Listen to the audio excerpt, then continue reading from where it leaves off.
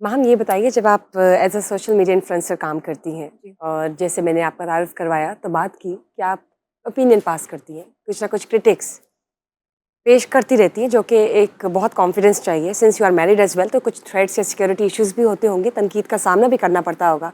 रोज़मर्रा कोई नया चैलेंज आता होगा, क्योंकि कंटेंट कोई भी आपको न्यूज़ मिलती है, आप उस पर अपनी ओपिनियन देने की राय रखते हैं और सोचते हैं कि मैं दूँ शौक से।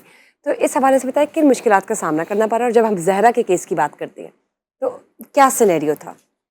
एक्चुअली ऐसा है कि जो आपने बात की कि चैलेंज चैलेंज नहीं, चैलेंजेस फेस करने पड़े हैं। यही मैं अच्छा, जानना चाहूँगी। ओपिनियन जो एक जर्नलिस्ट होता है ना, उसका ये फ़र्ज़ होता है कि वो अपना ओपिनियन ना दे, वो न्यूट्रल रहते हुए सिर्फ खबर बताए।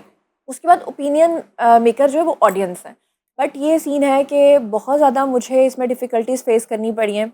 एंटरटेनमेंट इंडस्ट्री में तो सिंपली आप अपने डायलॉग्स जो आपने याद किए हैं, आपने वो डिलीवर कर देने हैं। राइट। यहाँ पे आप अपने बॉस खुद हैं, आप अपने कहे हुए के ज़िम्मेदार खुद चॉइस हैं। ऑफ वर्ड्स बहुत मैटर करती एग्जैक्टली हैं, exactly. बिल्कुल। आप बात करिए दुआए ज़हरा केस की। राइट। एक्चुअली वो एक रनअवे मैरिज केस था, जिसमें एक लड़की ने अपने घर से भाग के अपनी आज़ाद मर्जी से एक शादी की थी, लेकिन उसके पेरेंट्स ने इसको मज़हब के बीच में लाके, फ़िरका परस्ती में लाके इसको सिंध और पंजाब की लड़ाई में डाल दिया था। और उन्होंने ये कहा था कि ये एक रनअवे मैरिज केस नहीं, बल्कि ये एक गैंग है जो लड़की को अगवा करके ले गया है, और मुझे गैंग का सरगना बना दिया गया था। सोशल मीडिया पे मेरे पेरेंट्स, मेरे इन लॉज़ के पर्सनल जो डॉक्यूमेंट्स होते हैं उनको पब्लिक कर दिया गया था, और बहुत ज़्यादा कैरेक्टर असैसिनेशन, यहाँ तक कि उस लड़की के जो फादर हैं, उन्होंने ये जो फ़ोटोशॉप पिक्चर्स होती हैं, डिफरेंट जो इंडियन मॉडल्स होती हैं, उनकी न्यूड पिक्चर्स के ऊपर मेरा फेस अटैच करके सोशल मीडिया पे प्रॉपर मेरी कैरेक्टर असैसिनेशन की थी। मकसद ये होता है कि लड़की ये डर जाएगी, लेकिन अल्लाह का ये बहुत एहसान है कि मेरी फैमिली, मेरे इन लॉज़, मेरे हस्बैंड, मेरे बहन भाई और सबकी ना नई नई शादी हुई भी थी। तो सबके जो इन लॉज़ हैं, सब मेरे साथ खड़े थे। मुझे ये डर था कि खुदा ना खास्ता फैमिली इस चीज़ को कैसे देखेगी। लेकिन अल्लाह का शुक्र है कि जब आप सच पे खड़े होते हैं और आपका अपना कैरेक्टर स्ट्रॉन्ग होता है, तो आप डरते नहीं हैं फिर। उन्होंने सोचा होगा लड़की होगी, इसका ज़रूर कोई ऐसा होगा वीक पॉइंट जो सामने आ जाएगा, लेकिन अल्लाह का शुक्र है कि सब ने मुझसे माफ़ी माँगी है रिटन। एफआईए में भी मैंने बहुत सारे लोगों को फिर घसीटा कि लेकिन चलो भई आ जाओ घर। इसके बाद चलिए, ये तो एक सिनेरियो हो गया कि जिसमें यू वर प्रूव्ड इनोसेंट।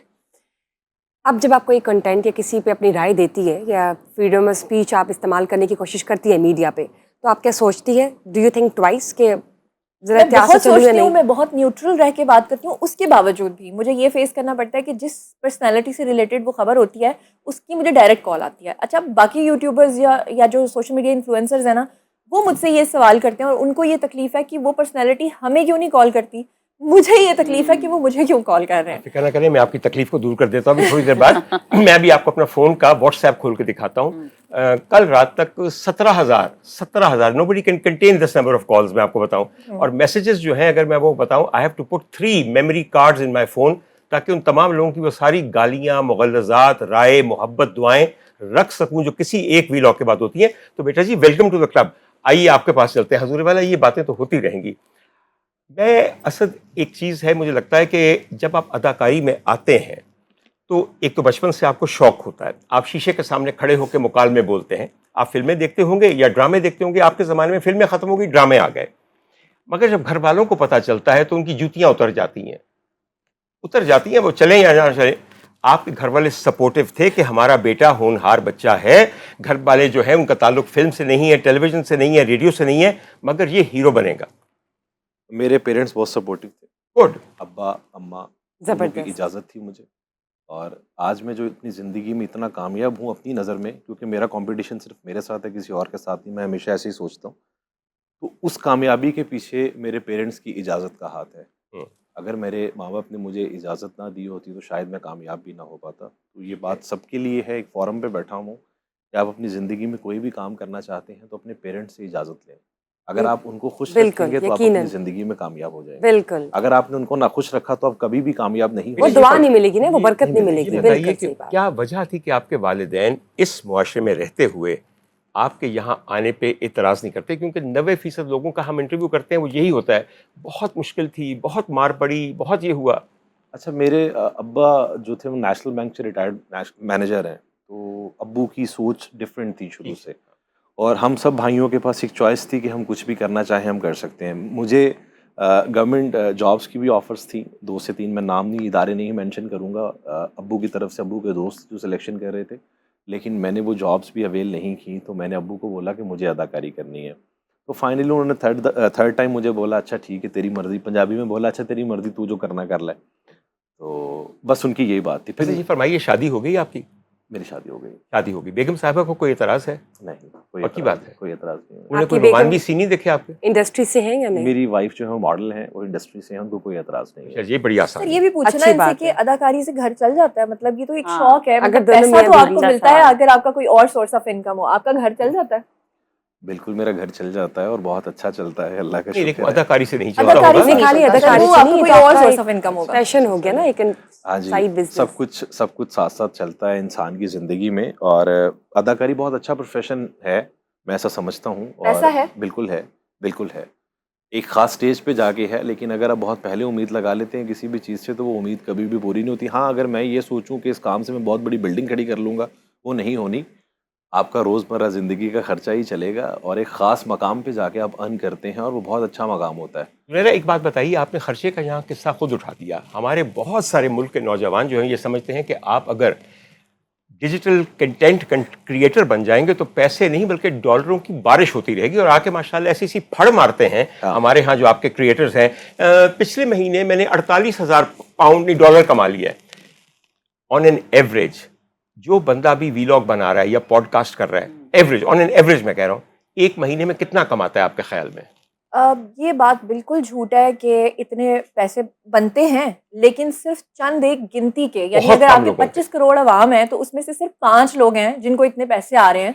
तो बाकी जो है ना, वो देखें, चैनल बना लेना और सोशल मीडिया पर आ जाना ये कोई बड़ी बात नहीं है, हर दूसरे दिन ये हो रहा है। एक बात है मैं- खुद को हाँ, मनवाना और फिर उस जगह पे जाना, उस मकाम पे जाना जहाँ पे आप इतने पैसे एक बात कमा। आपको आप बताऊं, maximum एक बात कितने- याद रखिएगा, किसी को जितने पैसे वो बता रहे हैं और जिन लोगों की तरफ आपका इशारा है, मैं ये सामने कैमरे को देख के कह रहा हूं, ये पैसे उनको किसी तरह भी यूट्यूब से नहीं आ रहे। इसके पीछे एक और खेल है। जिस तरह क्रिकेटर्स क्रिकेट खेल के पैसा नहीं कमाते, किसी और तरह कमाते हैं। मेरी बात समझ आई कि नहीं? मुझे आ गई है आ गई है ना? मान गई हो कि नहीं? जी, सही कह रहे हैं, जान गई हो कि नहीं? जानती हूँ। अगर जुनैरा माहम मेरे कहे के ऊपर मोहर लगा रही है तो फिर समझिए उन कुड़ी ने कह देता तो मनने केड़ी दे रहनी है। वाकई जुनैरा, हम आपने आपकी जिस तरफ तरह- आएंगे। जी, जी। और हमें बहुत ज्यादा एक फरमाइश आई है कि जब भी आप हिना को बुलाते हैं, कम से कम मुझ पे तो बहुत इल्जाम है कि अच्छा। आप हिना से सिर्फ नातिया कलाम सुनते हैं, जबकि सही। हिना माशाल्लाह बहुत अच्छी आवाज की, बहुत अच्छी इस्तेदाद की गुलकार हैं। और मुझे आपसे बहुत मोहब्बत की एक बड़ी वजह यही है कि हमारा महबूब मुश्तरक है। जी जी बिल्कुल। इस वक्त अगर हम आपको दरखास्त करें कि कोई भी चीज, बेटा बात पता है क्या है, कोई भी मोहब्बत का गीत जो है वो दरअसल सैयदुल महबूबीन की तरफ जी इशारा जी करता बिल्कुल है। बिल्कुल ऐसे ही है। तो अगर कोई मुनासिब चीज, कोई, मेरा दिल है कि पंजाबी का कोई गीत हो जाए, साडा मुंडा कराची वाले ने ले लिया सी असी वापस मंगा रहे हैं, समझ आई मेरी वापस गल? आ गया, वापस। तो अगर पंजाबी का गीत हो जाए तो कितनी उम्दा बात है। अभी कोई भी गीत ऐसा जो आपको पसंद हो, फिल्म से हो या वैसे हो, फोक हो। अभी मुझे थोड़ा सा टाइम दे तो अच्छा, जरा मुझे याद आ जाए कि मुझे क्या सुनाना बड़ी अच्छी चाहिए। बात तब तक हम उतनी देर जुनैरा तक से हम बात कर सवाल लेते हैं। हाँ। जुनैरा, जिससे आपने कहा कि इतने पैसे नहीं कमाए जाते जितनी हाइप क्रिएट करते हैं जी। अच्छा इन्फ्लुएंसर्स ओके। स्क्रीन पर। तो आपको क्या लगता है कि मैक्सिमम कितना कमाया जा सकता है? फॉर एग्जांपल, अगर किसी के मिलियंस में है तो उसको सर्टन मैक्सिमम कितनी अमाउंट तक पैसे आते होंगे? मोस्टली लोगों को कंफ्यूजन रहता है कि अगर आपके सब्सक्राइबर्स मिलियंस में हैं तो वो समझते हैं कि इनको पैसा भी उस हिसाब से आ रहा है। देखिए, वो सब्सक्राइबर्स हैं, वो जस्ट फॉर एग्जांपल अगर आपने एक व्लॉग बनाया, उस पर आप 400-500 आपको फॉलोअर्स मिले, अगले पे मिले, उससे अगले मिले, तो वो करते कराते आपके मिलियंस में सब्सक्राइबर्स चले गए। लेकिन जो आपके पैसे बनते हैं वो ना, कितने बनते वो हैं? आपके बनते हैं आपके व्यूज पे। अच्छा, उन व्यूज के ऊपर भी पैसे नहीं बनते, उसमें भी खेल है। अंदर जो आपका एड चल रहा है उसके ऊपर, एडसेंस पे आपको कितने पैसे आ रहे हैं।